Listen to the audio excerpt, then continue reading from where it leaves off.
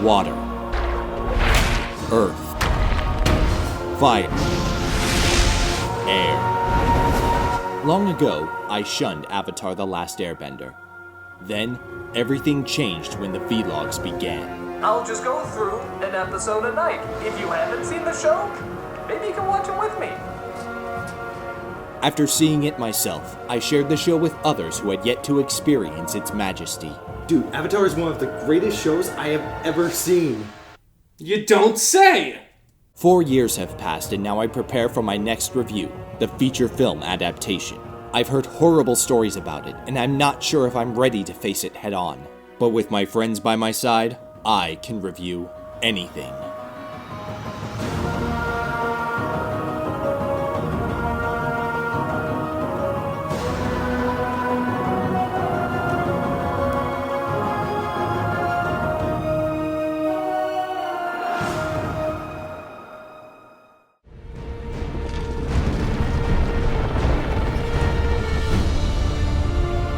The Last Airbender is a film based on the animated show Avatar: The Last Airbender. The show is critically acclaimed and highly loved, while the movie has a reputation that is less positive. But most of you probably know that. This film exists in a state of high infamy, usually reserved for the Star Wars prequels and the fourth Indiana Jones movie. I've reviewed those films, and against The Last Airbender, those four have an edge. They were created to be movies, whereas this movie is based on a 20-episode season of a cartoon. Let's do some basic math. 20 episodes at about 22 minutes an episode is 440 minutes, or 7.3 hours. The runtime of this movie is the old standard 90 minutes, aka an hour and a half. Based on that math, forget the movie's reputation, forget the show's reputation. Just knowing that information is enough not only to assume that this could be headed for disaster, but that disaster is a very likely possibility.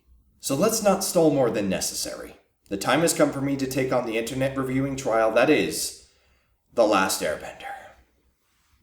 And you better believe that I am not facing that alone.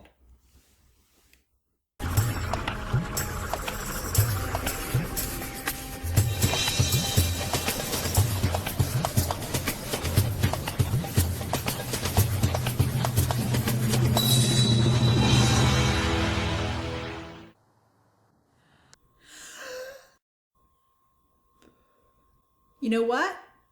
I'm not happy. But at the very least, this is a review where I know that there will be no swans involved! We start with what, at first, appears to faithfully mimic the opening of the show, followed by text crawl exposition about the Avatar.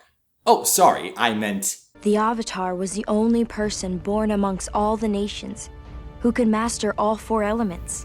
That's a pretty notable error to make this early in the movie. And then 100 years ago, he just disappeared. Then we see our narrator, Katara, bending a ball of water.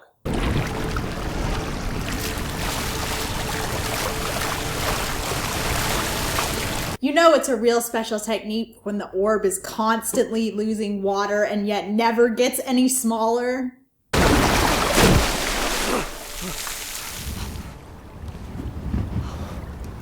I'm sorry. I'm sorry. What the heck? That's not Sokka behavior. I mean, he did have an alpha male complex in the show because he was the oldest boy left in the tribe, but he didn't have that air of intimidation around him. And even if he did, his line delivery doesn't fit with his new demeanor. It worked better that time. Just stop doing that stuff around me. I always get wet. You can't just act all huff and puff and then pretend like it was supposed to be a light-hearted moment. My brother and I live in the Southern Water Tribe. Our father's off fighting in the war. Fans of the show will probably recognize this as... Everything changed when the Fire Nation attacked. The 100-Year War is a huge pillar in this story, so I don't see why they left it out of the opening narration. I think it would have benefited audiences that hadn't seen the show before to keep that information in there. They see something shiny in the ice, so Sokka decides to crack it open with his boomerang. Real nice physics there, guys. And nice continuity in your running shots.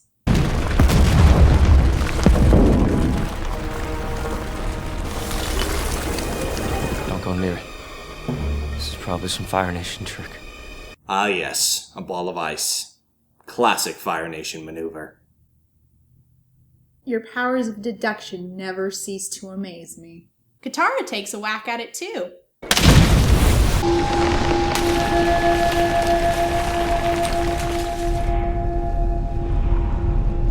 Uncle, look!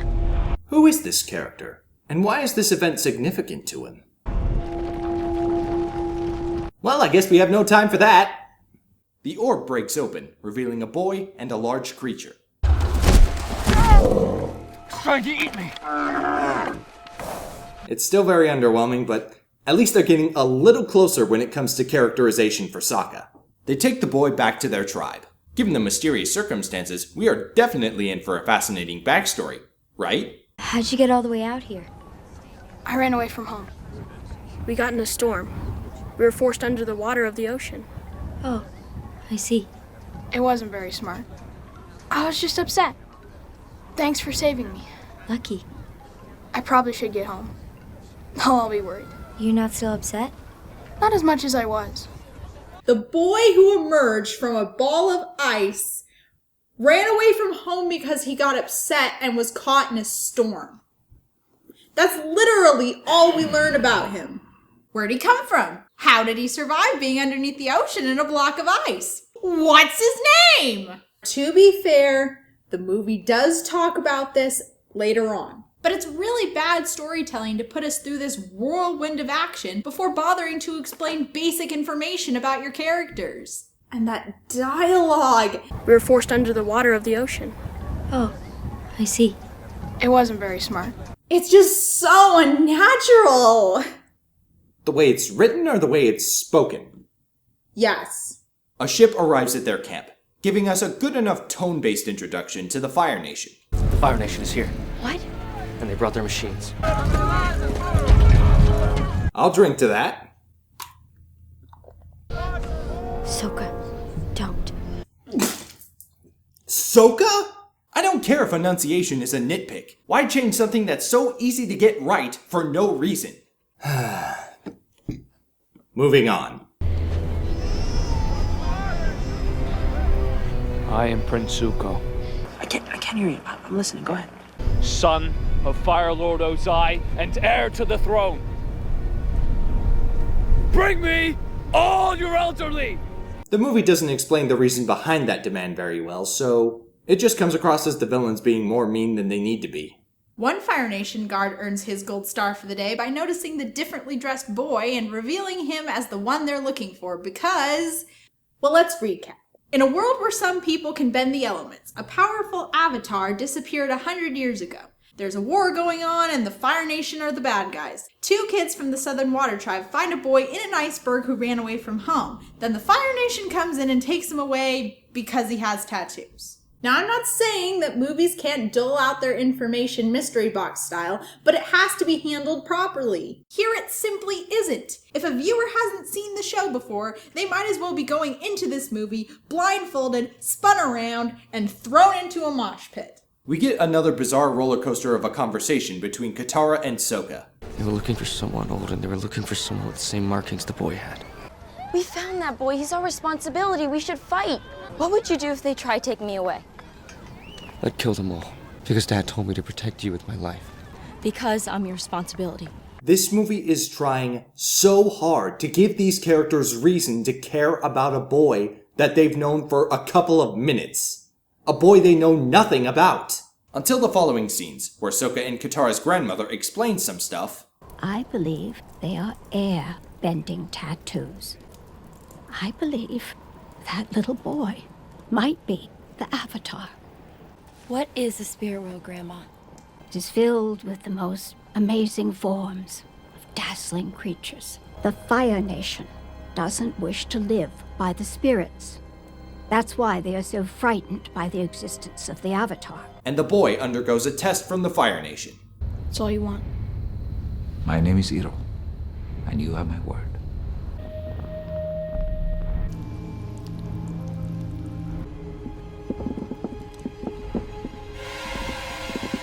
Bad enough it can't be accurate to the show, now the movie's just making things up. Elements don't react just because a bender is there. even if it's the Avatar. It takes conscious effort. This is a warship!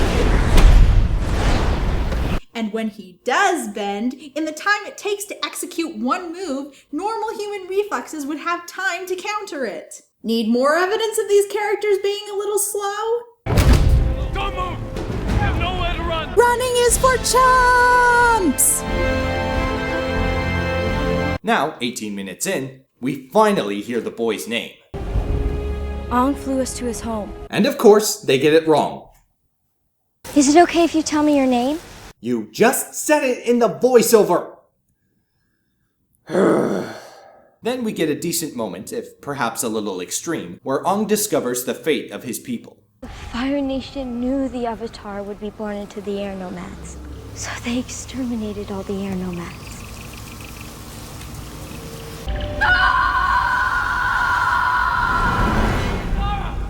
Stay away from him! The Avatar. Where have you been? What's going on? I'll assume he was in the spirit world just now, but why? In the show, the Avatar doesn't enter the spirit world when he goes into that powerful state. Why are you taking out things from the show and replacing it with things that don't make sense? Back with the Fire Nation, an admiral named Zhao invites Zuko and Iroh for lunch. As you know, the Fire Lord has banished his son, the Prince, and renounced his love of him and will not let him return to the throne unless he finds the Avatar. During his banishment, he is an enemy of the Fire Nation and is not allowed to wear the Fire Nation uniform. But we will let him wear it today, like a child wearing a costume. That's some pretty important backstory to exposit, especially if you're going to do it through this character. True, it introduces us to Zhao well enough, but if you're going to pair that with exposition meant to humiliate Zuko, you're not going to sell that very well with this audience. Not very scathing, are they? But one thing is communicated well. Iroh being a calming figure who is able to temper Zuko's rage. Switching back over to the kids, we get even more illogical dialogue exchanges. You know, my grandma thinks because you're an airbender, that you could be the Avatar. How much does the Fire Nation control? A lot of villages in the Earth Kingdom, like around here. They haven't been able to conquer big cities like Ba Sing Se, but they're making plans, I'm sure. So, are you the Avatar, Ong? Did the movie just have to refocus itself? It would appear so. Good news is you don't have to worry about it anymore because your part is over. Really? That's awesome because, man, have I got some fury to unleash. We may be only 25 minutes in, but this movie was dead on arrival. It's an anomaly of pacing. The story moves forward so quickly, but each scene is clunky and lacks any sense of urgency, mostly from the awkward writing and weak performances. Aside from the key details that are explicitly spoken, very little about the story or characters effectively comes across. Even worse, the movie doesn't have good enough visual exposition to compensate for the lack of specific information. I don't know how such awesome source material got botched this badly, but I guess it was go big or go home. And go home sounds pretty darn good to me right now. Good night, everybody!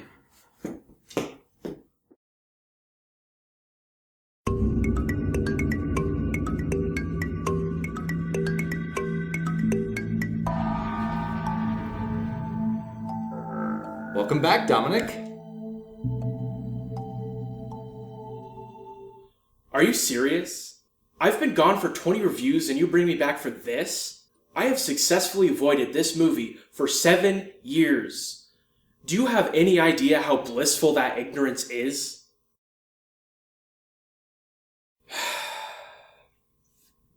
Whatever. Let's get this over with. We come across a kid being chased by Fire Nation soldiers. That child is being arrested. For what? He was bending tiny stones at us from behind a tree. It really hurt. Oh, come on. There's no way you could think that these soldiers are as ruthless as they're supposed to be when they're acting so petty.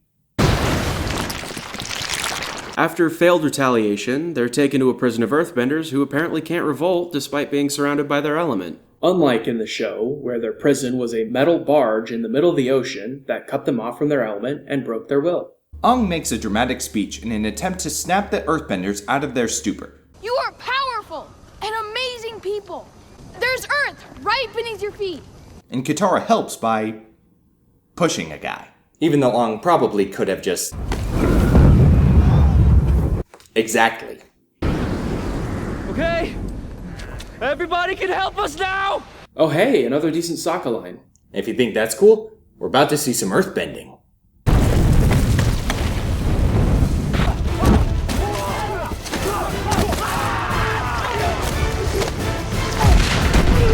Oh, holy crap! That was pathetic.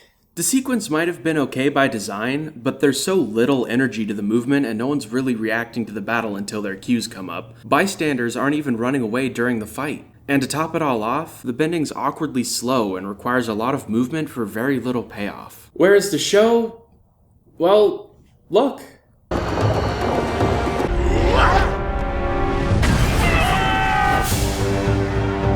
This is the worst action I've seen since the 1960s Star Trek.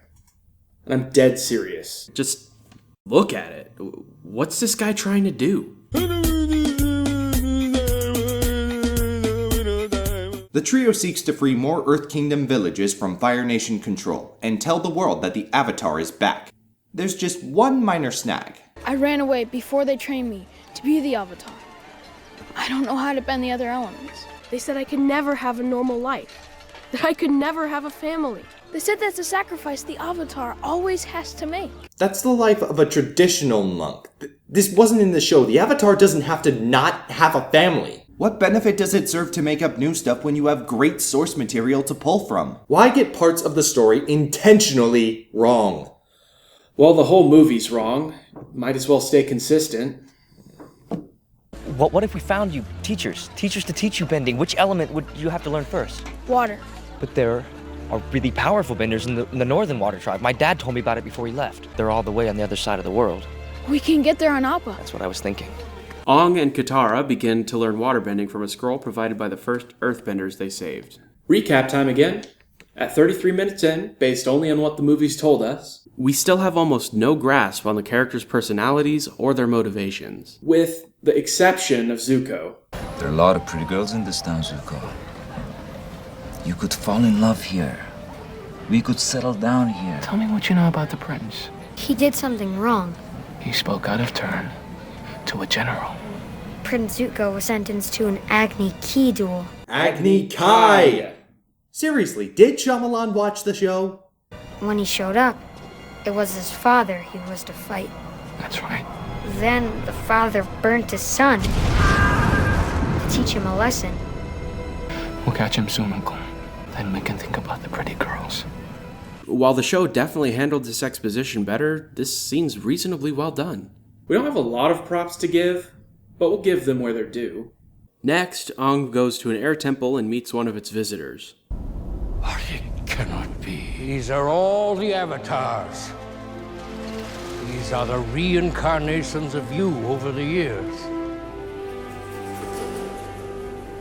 The Avatar Roku was your last life. You just mentioned Roku by name. Mind giving us a close-up of his statue so that the audience can make a visual connection with it? Now, how did the Airbenders know you were the Avatar, little one? They gave me a test. No?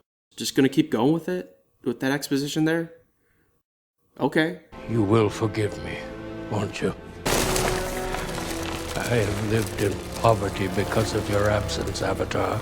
So you will understand my actions today. That's not 100% uncalled for, but you're still trading the Avatar for what looks like a chump's bounty. Ong is taken prisoner by Admiral Zhao's men. While in captivity, he gets another visit from the dragon spirit. I have seen a vision of the moon turning red. Say, Dominic, this forest setting in a dreamlike state, it look a little familiar to you?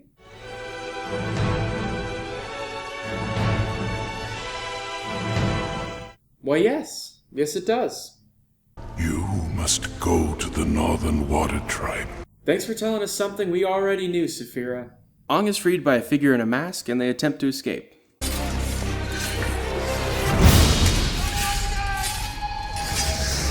This was their practice area. The only reason to say this aloud would be to give the audience information. But this was their practice area, such an important piece of information that it needed its own line? And more importantly, why again with the lame action?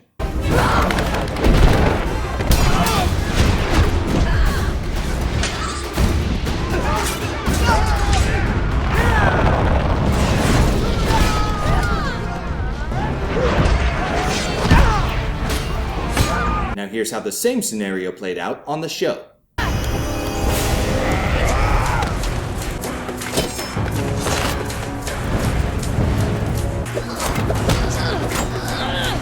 It's a huge contrast when the show is fast-paced, visceral, and carries weight and impact in its fights, whereas this feels slow and clumsily directed. Sure, it's all done in one shot, but the suspense is cut drastically because when you stop and think about it, our heroes could easily be overwhelmed if the Fire Nation soldiers rushed them all at once. They should have been dispatched easily, especially in this moment. They're surrounded on all sides. Someone behind the masked figure could have snuck up on him, or thrown a spear. Or even more discreetly, they could have gotten an archer, which they do.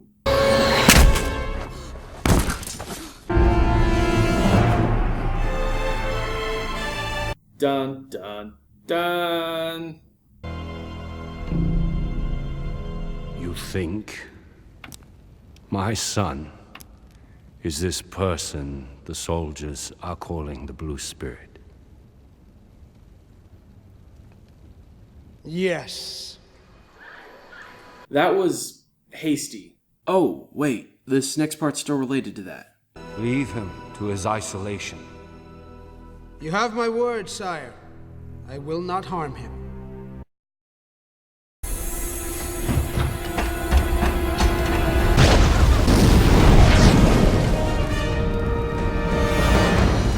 That was still hasty. And with that, your part is over, Dominic. Good, because getting this over with was not hasty.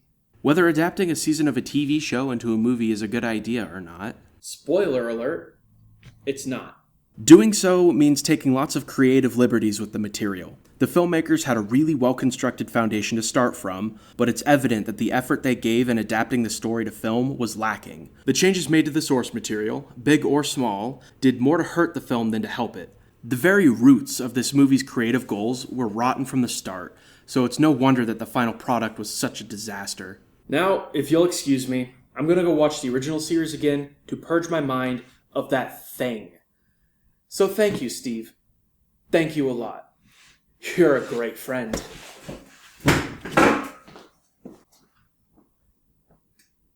I love you too.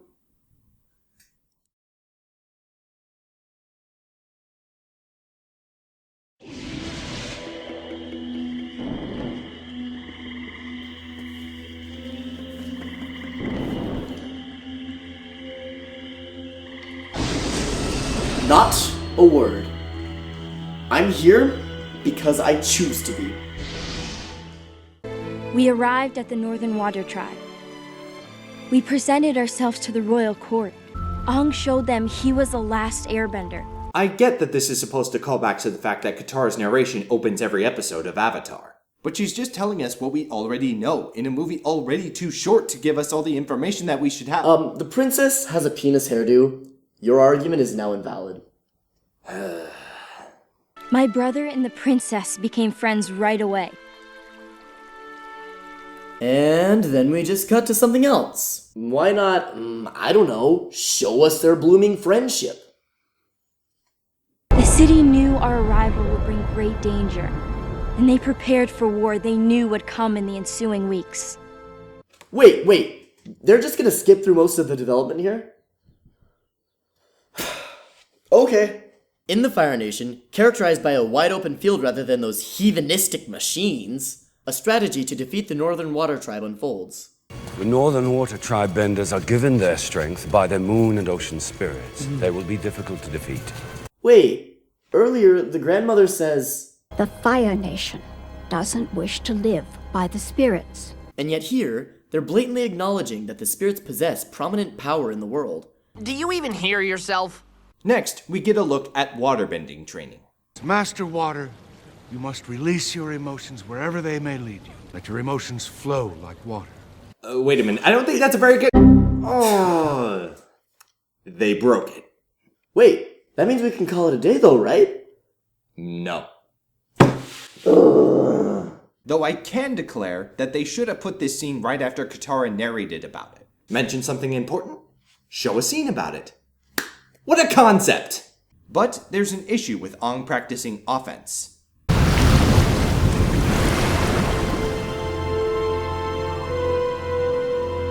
We'll discuss this later. The Fire Nation approaches, with Iroh joining Zhao for the attack. Your failure in the 100-day siege of Ba Sing Se won't be held against you. Your son died in that siege, didn't he? Again, I offer my condolences on your nephew burning to death in that terrible accident. You got enough wounds to pour all that salt into? I know we're meant to dislike Zhao, but jeez. Now, we get a little bit of Sokka and Yue bonding. I've loved spending these weeks with you, Sokka. Weeks? The movie foreshadowed this with Katara's narration. But again, if you're gonna say, My brother and the princess became friends right away. Why not show it when that's said? We can see this friendship beginning through this conversation, not as a culmination of weeks we didn't get to see. The writing and editing has no sense of how to arrange the story for proper build-up into the next event. My hair's white because when I was born, I was not awake. Prayed for days to the moon spirit and dipped me into the sacred waters. My hair turned white then and life poured into me. Zuko, having somehow escaped total destruction, has snuck aboard Zhao's ship with the help of Iroh, slipping out again to pursue Aang. Be sure to keep your uniform closed up to your neck. And remember, your chi can warm you. I know, Uncle. In the show, this scene had Iroh telling Zuko that after the death of his son, he had come to think of Zuko as his own. That was the very first time watching this show that I ever got choked up at something. So I'm a little disappointed that the movie didn't take advantage of such a good emotional moment. You shouldn't be. If they had, you'd probably just say that the show did it better. Fair enough. Perhaps I'll take this as mercy. The Fire Nation approaches, as evidenced by soot falling from the sky. Aang, seeking clarity, is led by Princess Yue to a spiritual oasis, where the moon and ocean spirits reside in physical form. To get your airbending tattoos, you have to meditate for long periods of time, without losing focus. Some of the great monks can meditate for 4 days. And that has what to do with the situation? Even if it's worth knowing, this movie exposits its information at all the wrong times. I knew you were real. Well, yeah. He's a historically reincarnated keeper of the peace, not Santa Claus. Zuko enters the oasis to seize Aang, meeting some resistance from Katara.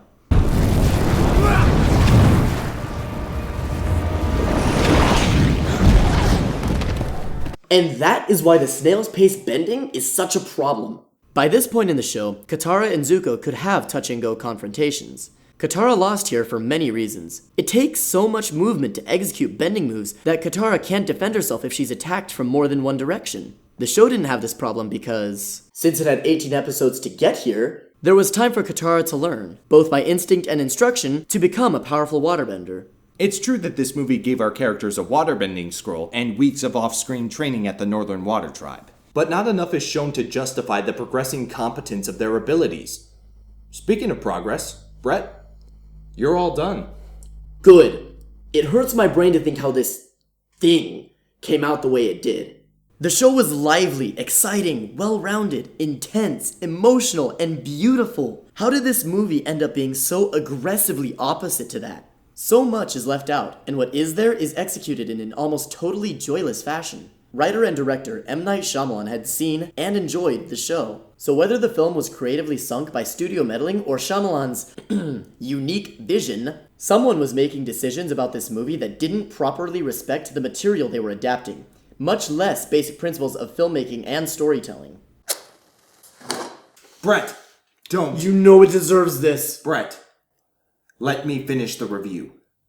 And I promise you, this movie, verbally and physically, will get what's coming to it.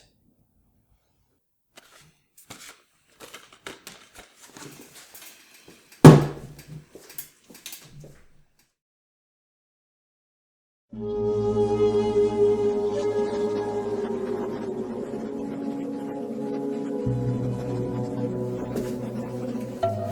Steven. You're not gonna wail on me for making you bear witness to this movie? I've been in this game since day one. I can handle it. The Fire Nation breaks through, riding on their giant lizards. Meanwhile, Ong visits the dragon spirit again. You are not dealing with the loss of your people and your responsibility for their deaths. You are stopping yourself from grieving. You are angry. They're saying he's having trouble waterbending due to emotional blockage? That's a very meta thing to do in a Shyamalan film. And ironic.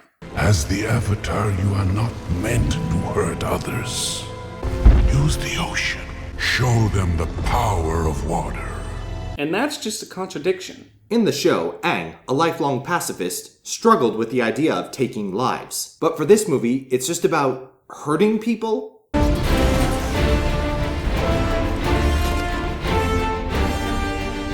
I think we're a little past that at this point.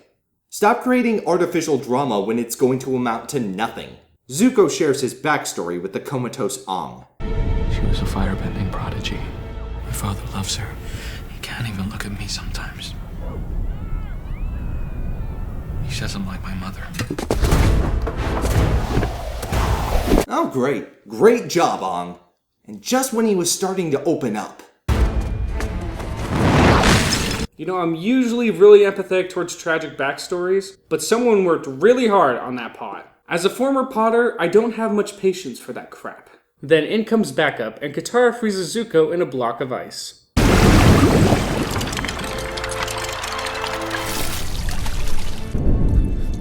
We could be friends, you know. Well, that was random. Well, maybe you guys could have been friends if you would let him just share his feelings earlier. Meanwhile, Iroh learns of Zhao's plan for victory. Fire Lord Ozai and I have decided it is in our best interests to kill the moon spirit. What?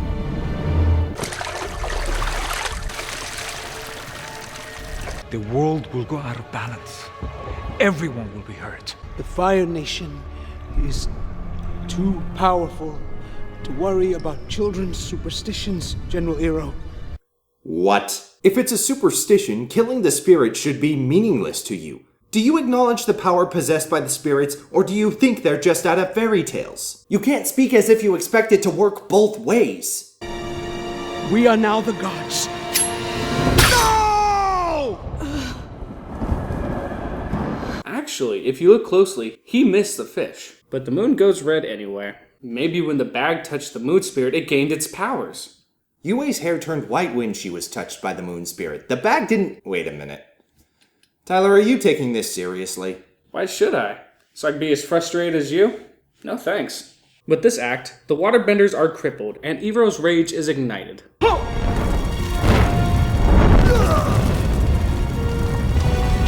make fire out of nothing! Oh yeah. Did we mention, the firebenders got super nerfed in this movie. Rather than producing fire, most of them have to bend fire that's already there, Iroh being the only exception. But unlike water, earth, and air, fire is not an abundant resource. It really makes you wonder how they took over most of the world. I think the logic they're trying to push here is the Fire Nation's machines. Maybe that's why bending as a whole got nerfed in this movie. In order to restore the moon spirit, Yue sacrifices the life force it gave her at birth.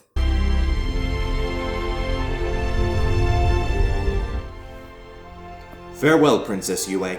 You may have perished in this movie, but the actress playing you shall live on in a better story within the world of Avatar. Next, we get what is sadly the most action-packed use of bending since the beginning of the movie.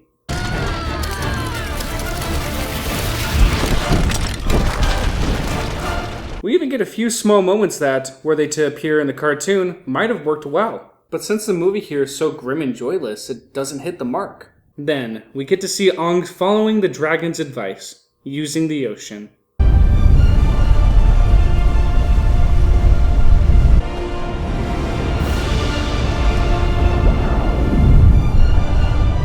It's no giant spirit monster, but a big tsunami is not a bad way to show the Avatar's power. All that's left here is Zhao.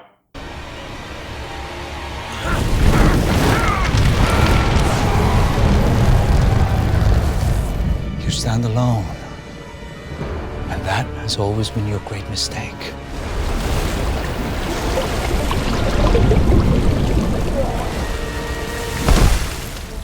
Okay, I'll admit, that's not bad. The dialogue about standing alone is a good way to define Zhao's character. Iroh's tenacity to go from calm to fierce in a snap is shown off quite well, and Zhao even gets drowned in mid-air by the waterbenders. That's kind of hardcore. Let's wrap things up. Finally, Ong, as everyone bows, accepts his role as the Avatar.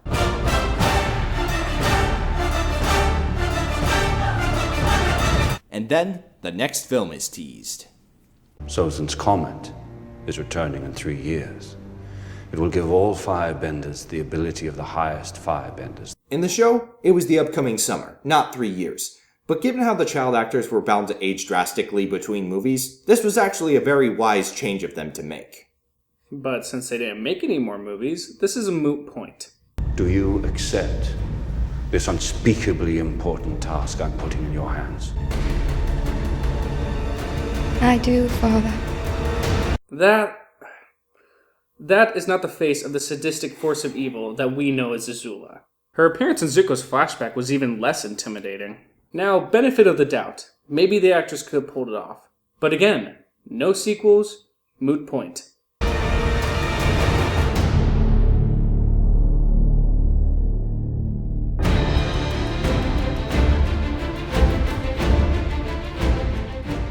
So that was The Last Airbender.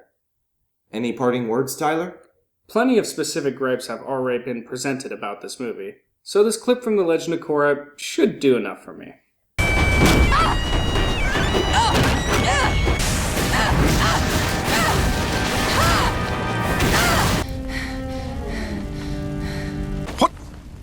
What is wrong with you?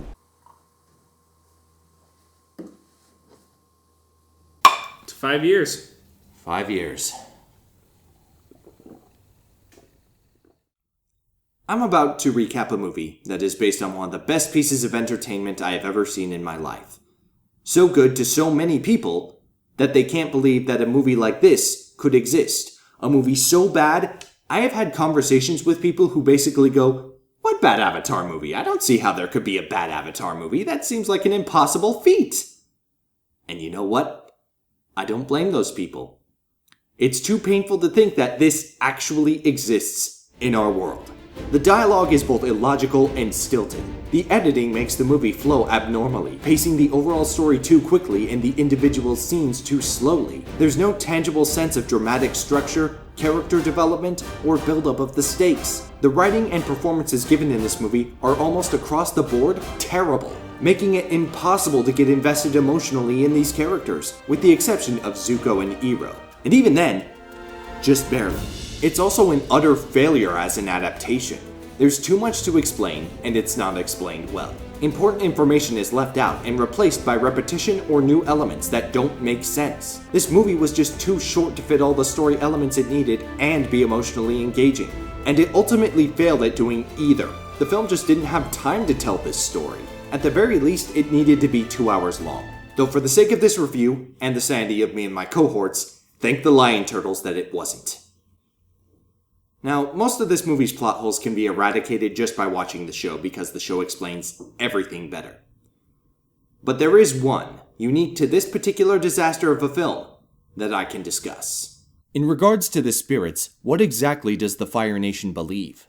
The Fire Nation does acknowledge that the spirits have tangible power in the physical world. That's evident by the fact that they bothered to kill the Moon Spirit. However, it's also stated in the movie that the Fire Nation doesn't want to live by the spirits, and they even refer to them superstitiously. But that's a contradiction, right?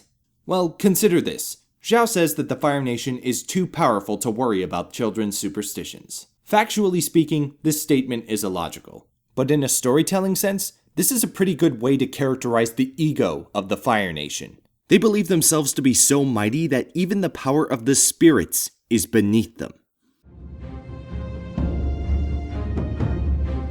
In my 5-year career, I've only taken drastic action against one other movie. From that, let the record show. I have no remorse for doing it again.